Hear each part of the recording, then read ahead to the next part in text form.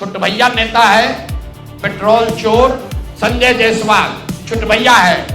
जब दूसरे सब धाराशायी हो गए तो पीछे छटपटा रहे हैं। अब आ जाइए यहाँ के भ्रष्टतम नेता सर्वदलीय अशोक चौधरी, माननीय मुख्यमंत्री नीतीश कुमार के दाहिने हाथ। दूसरे बड़े नेता हैं यहाँ के सम्राट चौधरी, यहाँ के उप मुख्यमंत्री हैं। भाई साहब नाम बदलने के विशेषज्ञ हैं। जब पूरे देश में कोविड का दौर चल रहा था तो बिहार के स्वास्थ्य मंत्री घर खरीदने में लगे हुए थे।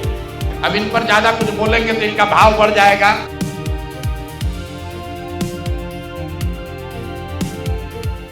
नमस्कार, मेरे गौतम ऑफिशियल में आपका स्वागत है। और आज हम बात करें प्रशांत किशोर की, एक बार फिर से प्रशांत किशोर की, क्योंकि प्रशांत किशोर जनसभाएं तो कर रहे हैं, रोड शो भी कर रहे हैं, लेकिन इसके साथ साथ आरोपों का पिटारा वो लगातार खोल रहे हैं।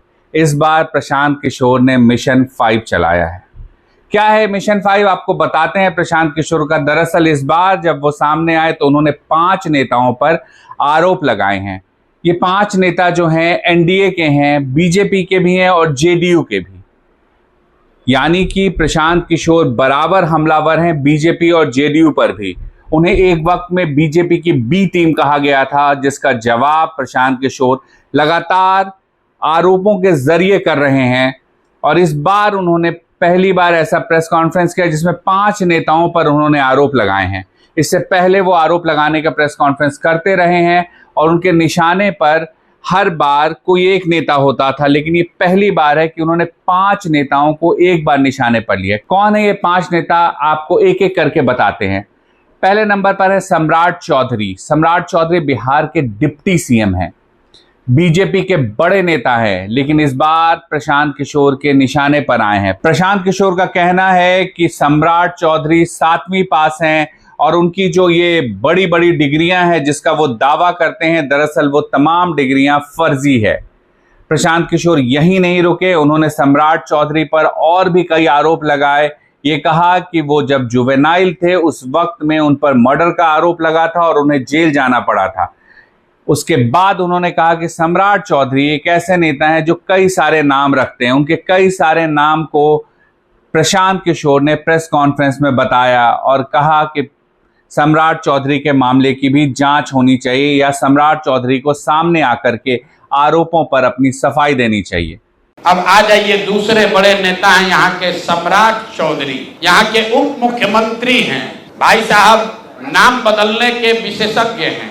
कई लोग, पिछली बार हमने आपको बताया था और लोग जानते भी हैं कि इनका नाम था राकेश कुमार, बाद में हुआ राकेश कुमार उर्फ सम्राट चौधरी। ये पूरी सच्चाई नहीं है। इनका ओरिजिनल नाम है सम्राट कुमार मौर्य।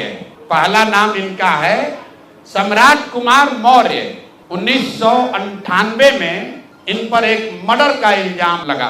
सदानंद सिंह जो वहां पर कांग्रेस के बड़े नेता थे और इनके परिवार के राजनीतिक विरोधी थे, उनको बम से मारकर उनकी हत्या कर दी गई, जिसमें लोग बताते हैं 6 लोगों की मृत्यु हुई। उस केस में आज के सम्राट चौधरी और तब के सम्राट कुमार मौर्य एक्यूज्ड थे, बजाबता जेल गए और 6 महीना के बाद जेल से निकले।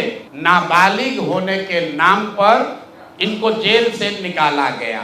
तो पहले तो सम्राट चौधरी, उनके समर्थक और चाल चरित्र चेहरा की बात करने वाले भाजपाई, और उससे भी बढ़कर बिहार में भाजपा को, एनडीए को वोट देने वाले लोग, एक बार जरा जान जाइए कि आपका उप मुख्यमंत्री मर्डर का एक्यूज्ड है, जेल में रहा है और जेल से सिर्फ इसलिए छूटा क्योंकि इन्होंने प्रमाण दिया कि हम नाबालिग हैं। उसके बाद उनके निशाने पे हैं अशोक चौधरी। जमीन खरीदने के आरोप अशोक चौधरी के ऊपर उन्होंने लगाए हैं।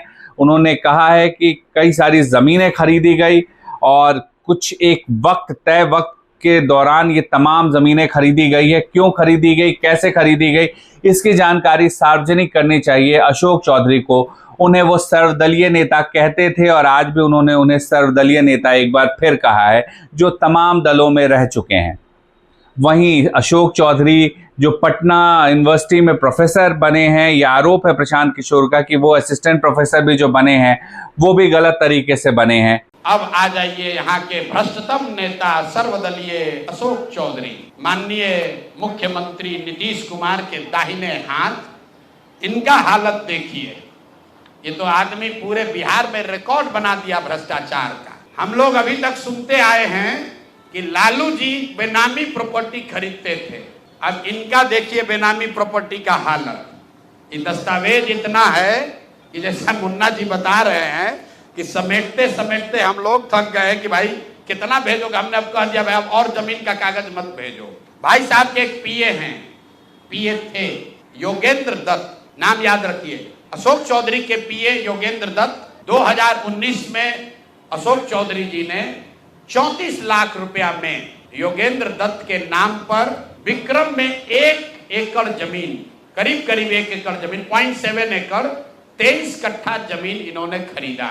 विक्रम में 34 लाख में जमीन खरीदा गया योगेंद्र दत्त के नाम पर, जो उस समय अशोक चौधरी के पीए थे। अब सुनिए इसमें कहानी। 2 बरस के बाद दत्त साहब ने वो जमीन ट्रांसफर रजिस्ट्री कर दिया अशोक चौधरी के बेटी और अभी के सांसद शांभवी चौधरी के नाम पर 34 लाख रुपया में। इसका डीड है, ये डीड आपको जारी करेंगे, आप देख लीजिएगा। अब इसमें नई बात क्या है, 34 लाख रुपया में जो दत्त साहब ने जमीन खरीदी थी और यहाँ रजिस्ट्रार ऑफिस में लिखा गया 34 लाख रुपए में दत्त बेच रहे हैं जमीन शांभवी चौधरी को, और दत्त साहब को पैसा कितना गया बैंक से, 10 लाख रुपया। वो बैंक का अकाउंट डिटेल है, जरा दीजिए, तारीख आपको बता देते हैं। 2 साल के बाद जो जमीन अशोक चौधरी ने अपने पीए के नाम पर खरीदी थी, वही जमीन वापस 2 बरस के बाद अपने बेटी के नाम पर लिखवा लिया, और 34 लाख के रुपए के जमीन के एवज में अशोक चौधरी ने दत्त साहब को 10 लाख रुपया बैंक से भेजा। यहां तक भी बात ठीक है भाई, ये कह सकते हैं कि हम बाद में पैसा दिए होंगे। इसी बीच इनकी बेटी चुनाव लड़ने चली गई, तो इनकम टैक्स ने इनको नोटिस किया कि भाई आपकी जो प्रॉपर्टी है वो 34 लाख की है और बैंक में आप सिर्फ 10 लाख रुपया दिखा रहे हैं, बाकी का पैसा कहाँ है। तो ये आरोप हो गया अशोक चौधरी पर।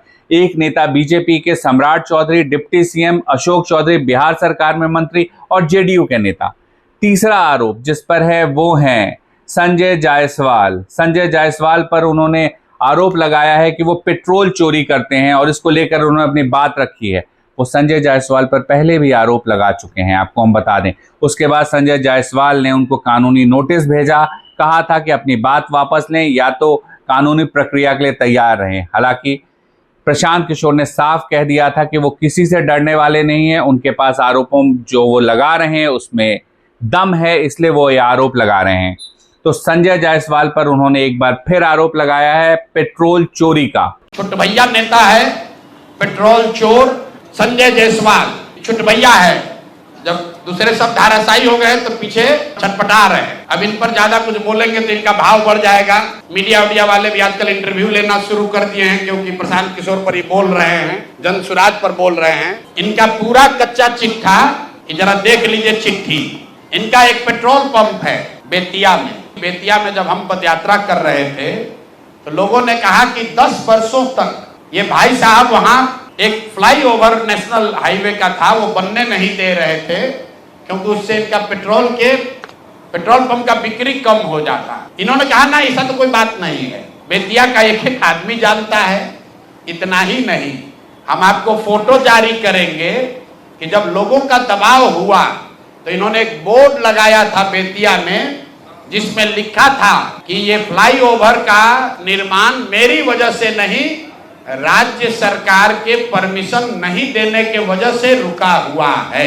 चौथा आरोप जिस पर है वो है मंगल पांडे। मंगल पांडे पर उन्होंने आरोप लगाया है कि दिल्ली में घर लेने के लिए, जो उनकी पत्नी के नाम पर है, उस घर को लेने के लिए दिलीप जायसवाल से लोन लिया गया था। दिलीप जायसवाल बिहार बीजेपी के अध्यक्ष हैं, उनसे पैसा लिया था मंगल पांडे ने। प्रशांत किशोर का आरोप है कि जिस वक्त ये पैसा लिया गया उस वक्त मंगल पांडे की पत्नी के अकाउंट में 2 करोड़ रुपए से ज्यादा थे। आखिर क्या मजबूरी थी कि उस वक्त पैसा लेना पड़ा दिलीप जायसवाल से? उन्होंने इस पर मंगल पांडे से जवाब मांगा है। मंगल पांडे पर पहले भी हमलावर रहे हैं प्रशांत किशोर बिहार की स्वास्थ्य सेवाओं को लेकर के। दरअसल मंगल पांडे बिहार के स्वास्थ्य मंत्री हैं। जाहिर सी बात है कि जनसुराज के नेता होने के नाते और बिहार में इस बार पूरे दमखम से लड़ने वाले प्रशांत किशोर हमले का कोई मौका चूकना नहीं चाहते हैं।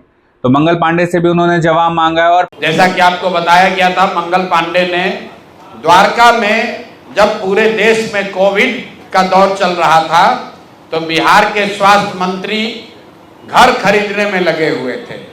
एक उसका किस्त मैंने आपको बताया था कि 25 लाख रुपया किस अकाउंट से आया, वो मंगल पांडे जी के ने पैसा दिलीप जायसवाल से लिया और सीधे न लेकर पहले अपने पिताजी के अकाउंट में पैसा लिया, फिर पिताजी के अकाउंट से अपने पत्नी उर्मिला पांडे जी के नाम पर पैसा लिया और उस अकाउंट से ही उस फ्लैट के मालिक को भुगतान किया गया। अपने डिफेंस में 2 बात उन्होंने कही, एक कि हम इतने ईमानदार मंत्री हैं कि हमको 25 लाख रुपया की जरूरत पड़ी तो हमको पिताजी से कर्ज लेना पड़ा, ऐसा उनका दावा है। 2.25 करोड़ रुपया डेट वाइज इनके पत्नी के अकाउंट में जमा किया गया है, जिसका कोई प्रमाण नहीं है कि पैसा आया कहां से। 5वां जो आरोप उन्होंने लगाया वो दिलीप जायसवाल पर लगाया, पहले भी लगा चुके हैं और एक बार फिर उन्होंने दोहराया है। उन पर हत्या के एक आरोप की बात वो कर रहे हैं और कह रहे हैं मेडिकल कॉलेज पर जबरदस्ती कब्जे का भी आरोप वो लगा चुके हैं दिलीप जायसवाल पर। और उन्होंने चुनौती भी दी है, दिलीप जायसवाल साबित करें कि मेरे आरोप झूठे हैं।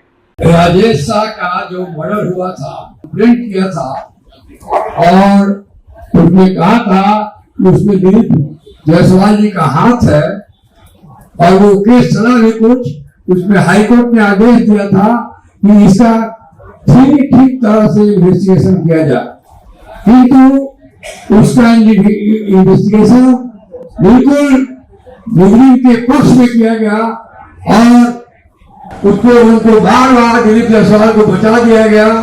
पुलिस वाले भी उसमें इन्वॉल्व थे। उस समय के जो सुप्रीटेंडेंट थे उन्होंने एक ऐसा फाइनल रिपोर्ट दिला दिया जो हाई कोर्ट के डायरेक्शन के बावजूद के खिलाफ था। तो ये प्रशांत किशोर का मॉडल है। वो लगातार चुनावी सभाएं कर रहे हैं, रोड शो के साथ साथ बीच बीच में वो प्रेस कॉन्फ्रेंस करते हैं और लगातार उनके निशाने पर एनडीए के नेता आ रहे हैं। जाहिर सी बात है बिहार में पिछले 20 साल से नीतीश कुमार की ही सरकार है, तो इस दौरान जो कुछ भी आरोप है वो नीतीश कुमार पर ही लगा सकते हैं। उससे पहले के शासन पर उनके जो आरोप रहे हैं वो जंगल राज और तमाम तरह के आरोप रहे हैं प्रशांत किशोर के। लेकिन प्रशांत किशोर अब जो है आरजेडी पर तो हमलावर हैं, लेकिन उससे ज्यादा तीखे हमले वो बीजेपी और जेडीयू के नेताओं पर कर रहे हैं। वो लगातार जवाब मांग रहे हैं, घोटालों को उजागर करने के बाद कह रहे हैं और कह रहे हैं कि अगर उनके आरोपों में दम नहीं है तो उसका जवाब दिया जाए और अगर उनके आरोप गलत हैं तो वो तैयार हैं किसी भी तरह के कोर्ट की कार्रवाई के लिए, वो डरते नहीं हैं इससे। तो प्रशांत किशोर बिहार में पी फैक्टर बहुत तेजी से बढ़ा है। चुनाव में कितनी सीटें आएंगी इस पर हमने पहले भी नहीं कुछ कहा था, आज भी कुछ कहने की स्थिति में नहीं है। लेकिन जिस तरह प्रशांत किशोर 2022 से लेकर अभी तक बिहार में घूम रहे हैं, लगातार लोगों से संवाद कर रहे हैं, लगातार लोगों से मिल रहे हैं, लगातार जनसभाओं में जनता से जुड़े मुद्दों को उठा रहे हैं, पलायन को उन्होंने बिहार में सबसे बड़ा मुद्दा बना दिया है, उस पर जमकर बोल रहे हैं, शिक्षा की बात कर रहे हैं, बेरोजगारी की बात कर रहे हैं। उससे ऐसा लगता है कि आप बिहार चुनाव में पी फैक्टर को पूरी तरह से इग्नोर नहीं कर सकते हैं और यही वजह है कि प्रशांत किशोर इस चुनाव में कुछ न कुछ भूमिका निभाते दिख सकते हैं। मीर गौतम ऑफिशियल ने फिलहाल इतना ही। आपको ये वीडियो कैसा लगा हमें जरूर बताइएगा। आपका फीडबैक हमारे लिए बहुत मायने रखता है। नमस्कार।